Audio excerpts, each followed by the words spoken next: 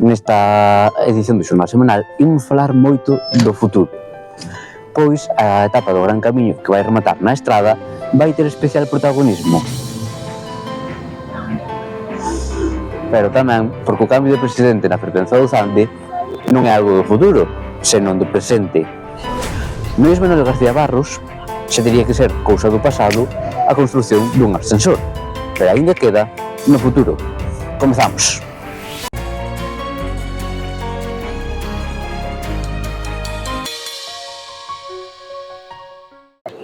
A accesibilidade é fundamental no mundo no que vivimos e, de feito, pouco a pouco, estánse facendo as infraestructuras moito máis accesibles.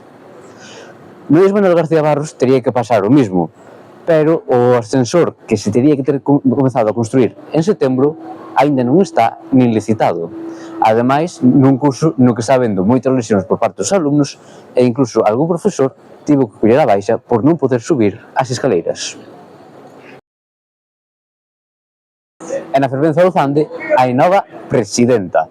Tras deixar Xavier Camba ao posto, tras 22 anos no cargo, pois colleu o relevo Noelia Bouzón. Luís López Bueno, voceiro do Partido Socialista, lamentou que a Xunta estea incumplindo os prazos de ampliación do polígono de Tuedo, porque, sabe como anunciara o ente público, este ano xa estarían as empresas construíndose.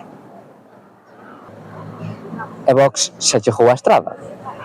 O partido xa ten coordinadora local, é Fernanda Barreiro, e ela xa comezou a criticar a xestión do concello, especialmente polos restos que deixan os botellóns no aparcadoiro da Praza do Mercado. Os traballadores do 112 manifestáronse pedindo que este servizo sexa de xestión pública. Os propietarios das parcelas forestais terán 15 días para facer limpezas nelas. A adición a estes aparellos é algo moi común entre os adolescentes, polo que o Concello propúxose freala empregando os hábitos saudables e o deporte. Este martes haberá unha charla no MAME sobre iso. O Samaná vai acoller o vindeiro día 15 a cea solidaria da Asociación Española contra o Cancro.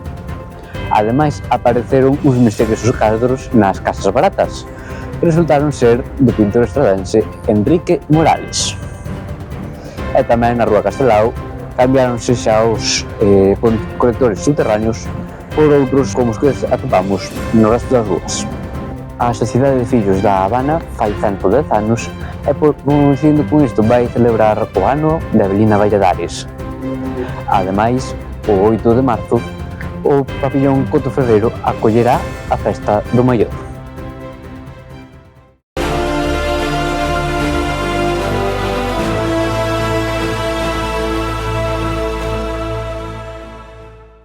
Esta hora que ven aquí será o primeiro paso que fan os ciclistas do Gran Camiño o vindeiro xoves 27 pola Estrada.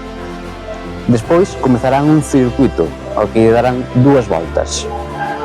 Na primeira das voltas rematará cun sprint bonificable no que será a meta e o segundo xa será para celebrar a victoria dun dos ciclistas.